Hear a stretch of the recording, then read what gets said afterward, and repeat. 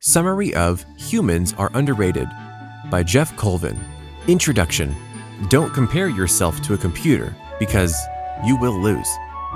The earliest transistor radios had 5 transistors per integrated circuit, whereas modern computer CPUs have over 5 billion transistors.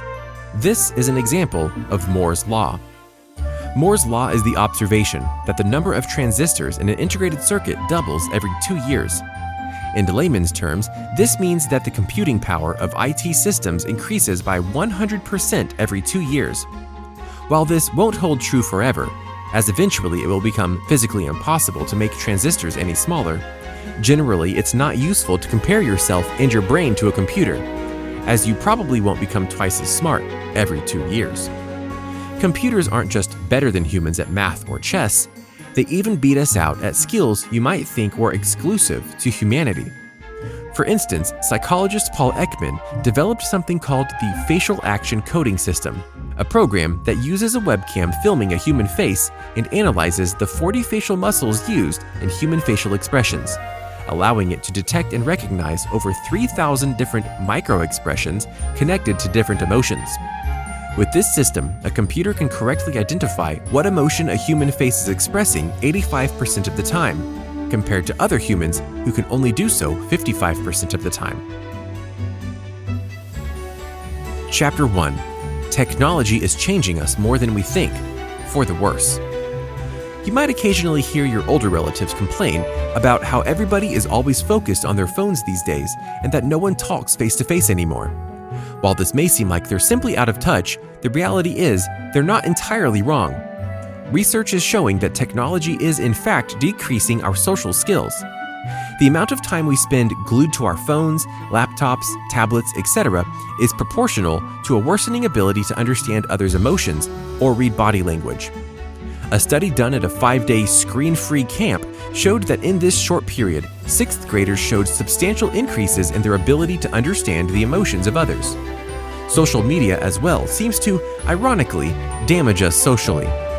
Research has shown that teenagers in the US that spend significant time on social media show higher rates of unhappiness and have worse relationships than with their friends and family.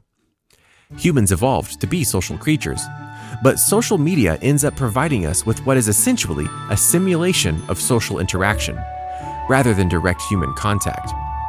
This leads us to be more lonely, less empathetic, and less trusting at a time when skills like empathy are more important than ever. Chapter 2. Social skills are becoming a more important asset for humans than knowledge. Technology is redefining what makes us good at our jobs. In the past, a good doctor was one who had the symptoms of hundreds of maladies memorized. A good lawyer had an encyclopedic knowledge of court cases stored in their brains. But today, more medical studies come out every day than an individual could conceivably read, and computers can look up 1 million legal cases in a fraction of a second. So, how do we define what a good doctor or lawyer is today? Technology has forced us to shift our skill sets from those focused mostly on acquiring knowledge to social skills. The ability to connect and understand a patient or a client emotionally, to help them make decisions in their best interests, are skills computers still can't replace. Indeed, technology is making those skills even more necessary, since it has allowed us to interact with people from different countries and cultures on an unprecedented scale, making social skills and cultural understanding of immense and often life-saving importance. A good diplomat, for instance, is aware that the seemingly innocuous act of crossing one's legs, making the heel of their shoe visible, is in fact a sign of disrespect in Iraqi culture.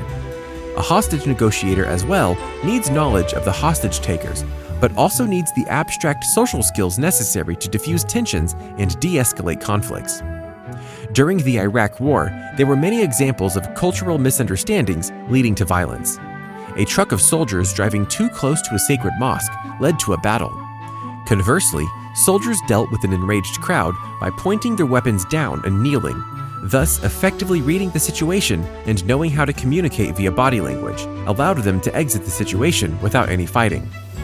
Social skills and properly figuring out how to avoid or navigate interpersonal and intercultural miscommunications can be the difference between peace and war. Chapter 3. humans will always require the skill of empathy. Empathy is the foundation of virtually all human interactions. Empathy is defined as the ability to understand what another person is feeling, and this skill is at play regardless of the circumstances of an interaction, including within the business world. Despite the common depiction of business interactions being cold and impersonal, there are ample examples of how a lack of empathy can and has hurt businesses. Take the call center, a universally hated institution. Why is it that we all find calling customer support so frustrating?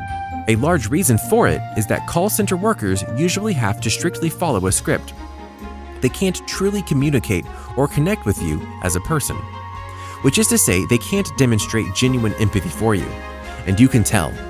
Whether you consciously realize it or not, you notice that you're not being heard and not being empathized with, and it makes helpful communication difficult, if not impossible.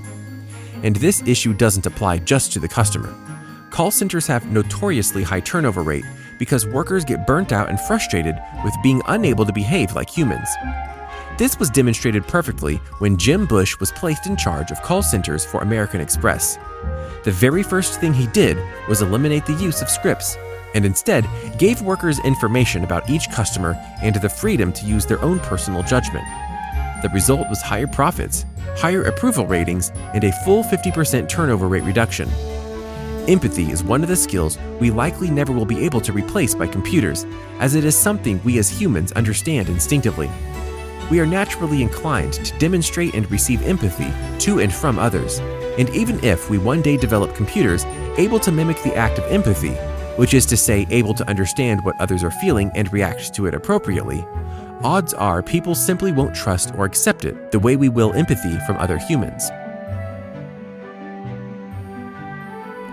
Chapter 4.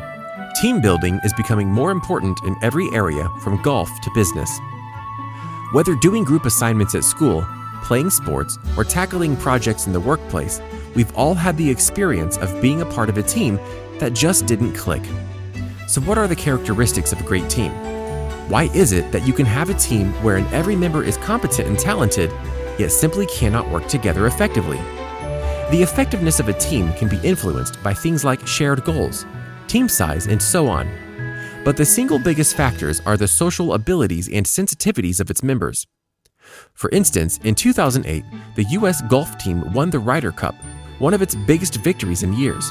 And this was due to the coach, Paul Azinger, recognizing that in previous years, their losses had been caused primarily by the team's inability to work together. Thus, that year, he sought to build a team based on which golfers clicked the best as teammates, rather than simply based on who were the best golfers. During the 88-89 NBA season, the Detroit Pistons became the first team to effectively deal with the Chicago Bulls' Michael Jordan. Up until that point, the Bulls were unstoppable because they based their entire strategy around emphasizing the immense skill of one player.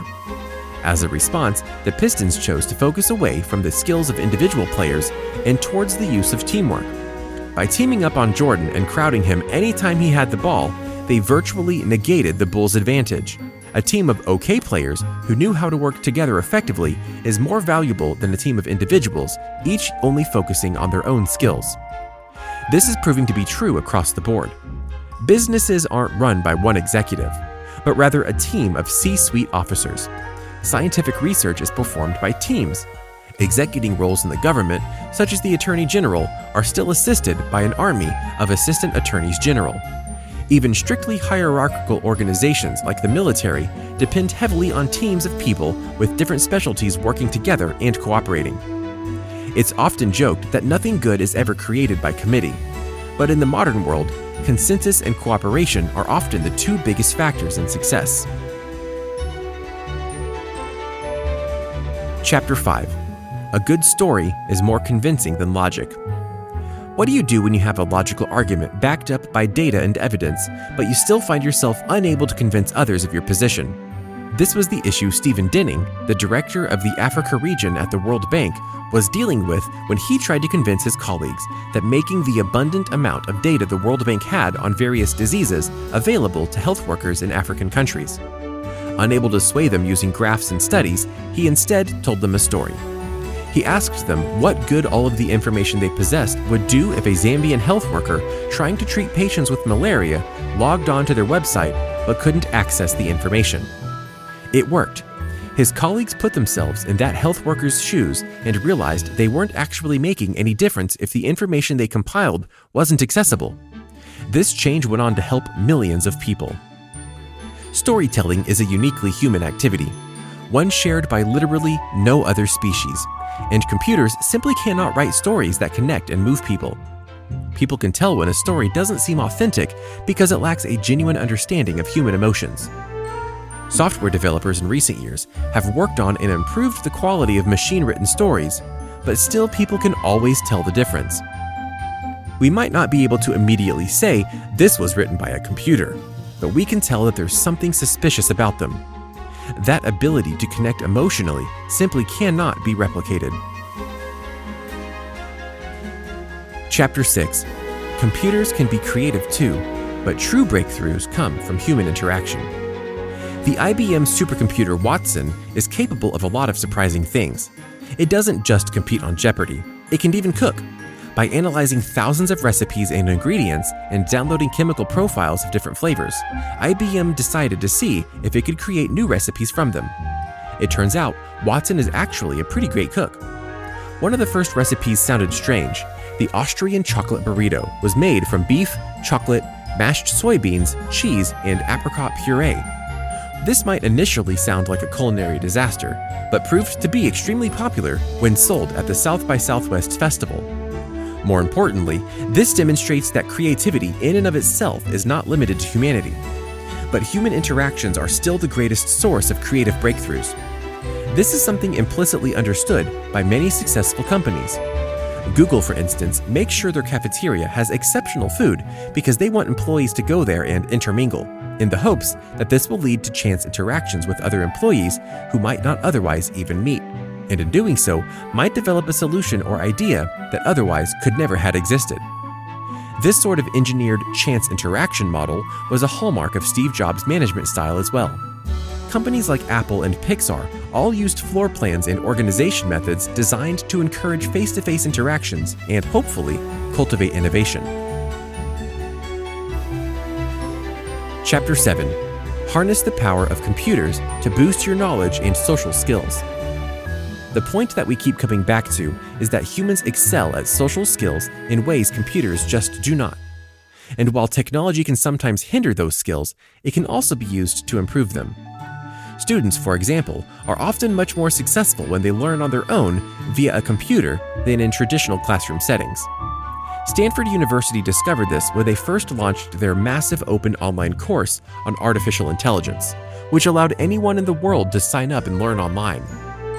After this first course in 2011, Stanford found that the top 400 performers from the 160,000 online students all outperformed the traditional students in the on-campus classroom. The US Navy has also started using individual computer-driven lessons to teach skills like repairing technical systems. Subjects that require no social interaction are surprisingly more effectively taught in non-social settings. Technology-aided education goes beyond academics as well. The Love Machine program is used by companies to help employees improve their own skills in social interactions by giving employees options like sending one another thank you messages, but with no private message function, meaning any messages you send are able to be seen by all other employees in the hopes of encouraging employees to share knowledge and to interact more rather than keeping it to themselves and not help each other. The use of a publicly visible praise results in more employees being incentivized to help each other. Technology can be harnessed to encourage other beneficial human instincts like altruism and cooperation, rather than to isolate us or incentivize our more antisocial inclinations. Final summary. We can't avoid technology advancing to the point that it automates many of our jobs, nor should we. Instead, we need to focus on the skills that cannot be replaced, on using technology to help us enhance those skills, and how to avoid having technology hinder those qualities. It's increasingly easier to become isolated from direct human experiences, and social media often makes it so we don't even realize how isolated we've become. We've allowed ourselves to believe that empathy, informal interactions, kindness, and understanding are antithetical to the business world and that logic trumps all. The reality is, this hasn't made us more like rational, calculating computers. It's just made us less functional humans. By ignoring the things that humans excel at, cooperation, compassion, storytelling, we are hindering our own ability to succeed in a world where other technical skills are performed quicker and better by machines. The goal here should be to use social media less and to try to interact with others face-to-face. Hone your communication skills and be more mindful of your own ability to understand the thoughts and feelings of those around you. Make use of online courses to improve your own skills and expand your knowledge. Social skills are invaluable for becoming an effective leader or team member and directly contribute to how well you do in job interviews, in projects, and in career advancement.